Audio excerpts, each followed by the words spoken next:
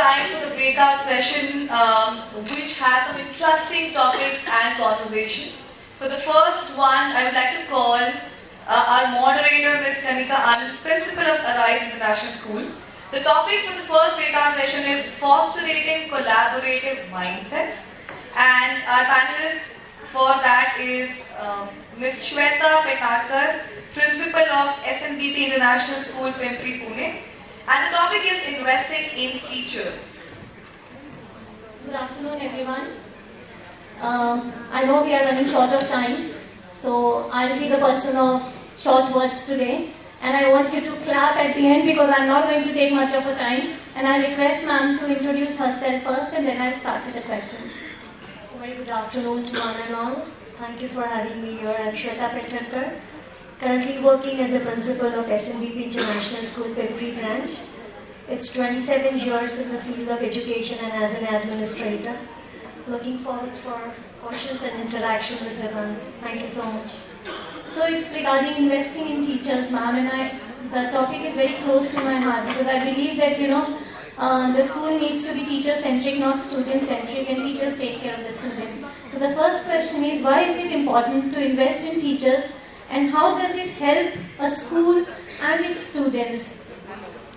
It's a lovely question at the onset of this session. It's imperative to invest in teachers. I've been a Smart PT trainer and a CBSE mentor and a trainer for a number of years. We are going. And I found that we require teachers to be empowered. We feel that teachers are a true investment for any institution. It's really required because if teachers are strong, they know their skill sets, they are fundamentally strong with their content, they will empower the Z generation. Today we enter the classrooms, we find students are much stronger, they are much intelligent, they are very high in their energies, and we as teachers, we really find short of our own selves. So as a catalyst, teachers are the catalyst for the change ahead. So we really need to empower the teachers. And investing in teachers today will bring the schools to a different level to cater to the needs of the next generation.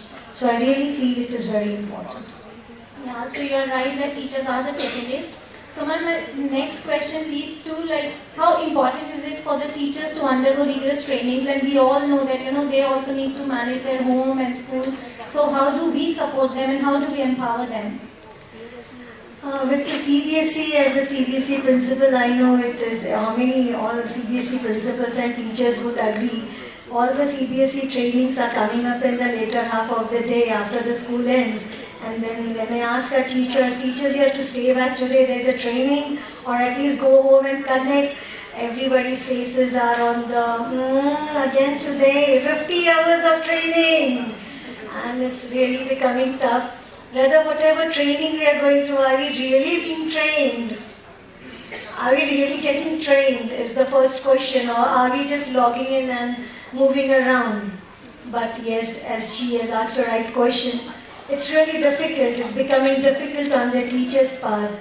It's n number of tasks. Durga Devi दिखती है बहुत सारे हाथों के साथ. ये भी करना है, वो भी करना है, assessment भी करना है, पढ़ाना भी है, principal की needs भी पूरी करनी है, management के expectations भी पूरे करने हैं. There is so much a teacher is put into in today's scenario. It's really difficult, too much difficult to handle. How can school support them? As a principal, I try my best to support. I know every principal is trying to support the teacher, trying to give them mental peace, somewhere relaxation in their lectures, reducing the workload of the teachers. Slowly we are moving from writing the digital login records to a digital login record, so it is less to write and put up.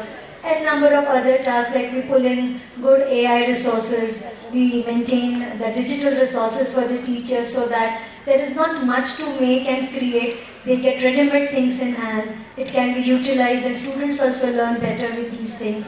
So of course, giving a good physical environment, a mental environment, a happy and a healthier environment to the teachers, along with, of course, the sector has become little stressful. You cannot do away with it. With every other circular and changing trains, we all are into stress every other day. Every other day by evening there is a circular that will land on the mail. And then we have to again pull in tomorrow, next day team of teachers where we have to do this, upload these images. It's really stressful. We cannot do away with it, but at least try to keep calm. And when the going gets tough, it's really important to pull in all the energy and resources so that the tough knows we are tougher than the tough. Thank you. Thank you, ma'am. So that leads to my next question, which happens to be my last question as well. As you compare teachers with Ma Durga, Navratri is there, and I mean, we can relate to 9 Devis, I think all the women and men as well. So my question is that as a school leader, how do you help in your school the teachers to be mentally, emotionally and even physically fit as well? Because at times that rigorous task takes a toll over them as well. See, nothing much can be really done during the stringent school hours. To be honest, in my school we have events for teachers and their families where we spend time together. We have some yoga sessions for the teachers where they can do some yoga. We tried hard in the morning time when they reach school and we have some dance sessions with them, but it hardly continued because again in the morning it was like students coming in, rushing to their classes. After school hours, no teachers want to wait because they want to rush back home.